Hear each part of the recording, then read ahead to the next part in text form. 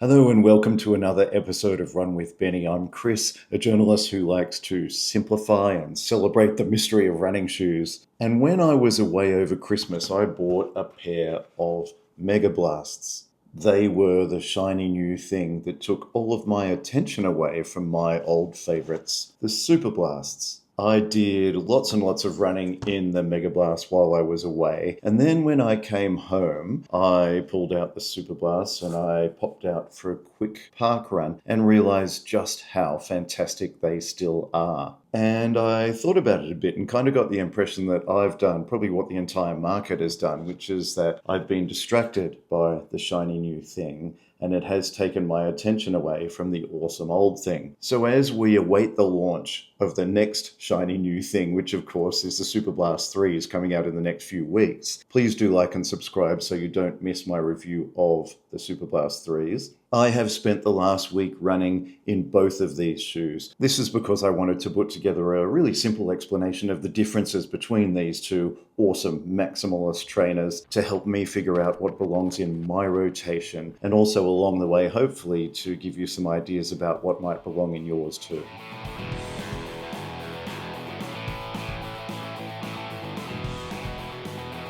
So, Superblast 2, Megablast. Both max stack trainers, both about 45mm at the rear and 37mm at the front for an 8mm drop. Both have gusseted and slightly padded tongues, both very, very comfortable, nicely padded around the heel cup. Neither have carbon or plastic plates in their massive, chunky midsoles, and both are outstanding running shoes for various purposes, which I will discuss. But interestingly, that's pretty much where the similarities end. These are two very different shoes. The Superblast, while it's quite a pricey shoe, is slightly less expensive than the Megablast. And on my kitchen scales, in my US 9.5, Superblasts weigh 249 grams and the Megablasts 232 grams. The Superblasts have a massive layer of what was until recently Asics Elite Racing Foam, Flight Foam Turbo Plus, as well as a thinner layer of the slightly firmer Flight Foam Blast Plus Echo. The Megablasts, on the other hand, have a single massive layer of Flight Foam Turbo Squared. Now, of course, this is all just marketing mumbo jumbo. It means nothing to anybody. So I will try to demystify this for you when I talk about what they feel like to run on the road. But as I've said, these are actually two very different shoes in the upper, the midsole, and the outsole. So let's talk through that quickly. The upper on the Superblast 2 is more traditional. It's a little bit stretchy. It's very, very comfortable. It's got a very roomy toe box and it breathes quite freely. The upper on the Megablast, on the other hand, is very different. It is slightly plasticky and thin.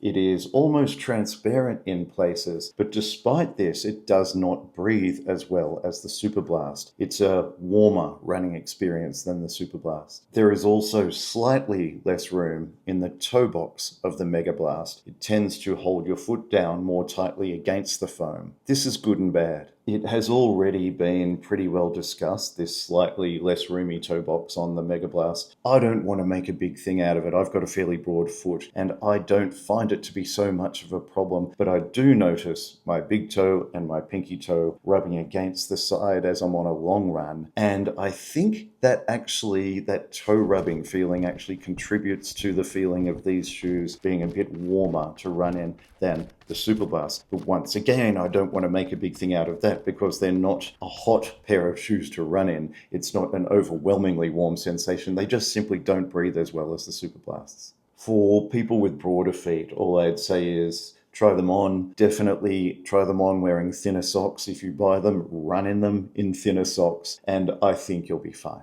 So purely on the comfort scale, I would give the Superblast 2 my vote. It's just roomier, a little bit stretchier, and a bit more comfortable to wear for a long distance. The Megablast 2 has something I've mentioned in other videos, but in case you haven't seen them, this skirt around the edge of the heel cup when you're running off-road or when you're on a slightly dirty pathway can collect dirt and small bits of wood chip or stones and feed them down into your shoe. I thought maybe it was just me who had this problem, but since I've mentioned it in a video, other people have come to me and said, yep, I'm having exactly the same problem. I hope it's something they get rid of on the Megablast 2. Not a huge problem, but a little annoyance. And so what about the foams and the resulting running experience? Well, let's start with the Superblast 2, which feels stiffer and more solid. It is a different running experience to the Megablast. It's not as soft and bouncy, but I really like the feeling of what I describe as comfortable rigidity in the Superblast 2.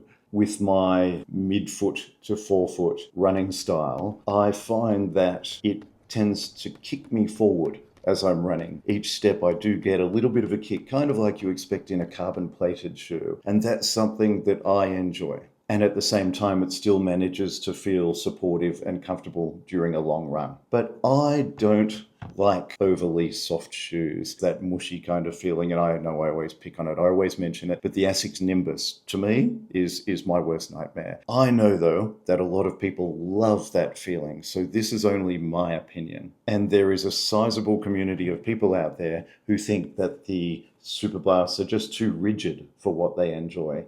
Superblasts, you either love them or hate them. And what about the Megablasts? Well, they do feel a little bit softer and a little bit springier, but they're certainly not overly soft or noticeably unstable. I've heard these shoes described as this is a very stable shoe and this is a very unstable shoe. It is not an unstable shoe. You cannot have a shoe this wide, which is unstable. Well, you probably can, but it's going to be difficult to build and no one's going to buy it. But it is certainly a tiny bit less stable than the extremely stable Superblast 2. I've also heard the Megablast described as faster than Superblast. And in my experience, this doesn't ring true. They are both very good at fast paces. The difference, though, is that the springier and more responsive foam of the Megablast tends to reward fast running more. So the faster you run in the Megablast, the more the foam will reward you for that because you are pushing down into the foam and then it is kicking you back upwards. When you're running more slowly and not putting quite as much pressure on the foam of the Megablasts, then they are not as responsive as they are when you're running fast. So where I think the Superblast 2 kicks you forward in a snappier way, the Megablast tends to propel you forward in a springier fashion, if that makes any sense at all. So yes, it is correct to say the Megablast rewards faster running more than it rewards slower running. It is a really fun shoe to run fast in. More fun and more rewarding for fast-paced runs than the Superblast 2, while not necessarily being faster in terms of pace and time. So on a pure performance level, the Megablast would get my vote. But outside of the slightly narrower toe box in the Megablasts, both of these shoes will look after you on long runs. If you're going for a new personal best, then you're probably not going to wear either of these. You're probably going to go for something like the Metaspeed, something lighter and snappier, or the DV8 Nitro Elite. But when you're out there for a long time and a good time, then both of these shoes are going to serve you really, really well. So how do you choose between the two? Well, I'd actually say they are such different shoes that the choice kind of becomes obvious. The Superblast has the more comfortable and spacious upper, and a very comfortable but more rigid and stable midsole. The Megablast has more of a snug race shoe feel, particularly up the front. It has the springier, more responsive foam. And, by the way, the outsole on the Megablast is significantly stickier and actually quite a bit noisier. So, what are you after? If you want a do-it-all shoe, one that is just as comfy for your faster paced runs as it is for your recovery runs, as it is for your long runs, then I would say the Superblast is your best choice. If you have broader feet, particularly if you have very broad feet, I would say the Superblast is your best choice. But if you're looking for something slightly softer, slightly more responsive, and definitely more exciting to run in, a shoe that doesn't do everything as well, but leans more towards tempo and intervals and those higher pace types of runs, and if you're okay with that narrower toe box, then the Megablast is your shoe. And if you run in colder or wetter or slipperier conditions, then the Megablast is also the best choice for you because of its very sticky outsole. And for once, usually in my reviews, I say if you're a heel striker or a midfoot or forefoot striker, you should choose one shoe over the other. But actually, it doesn't matter where you land. Both of these shoes will suit you really, really nicely.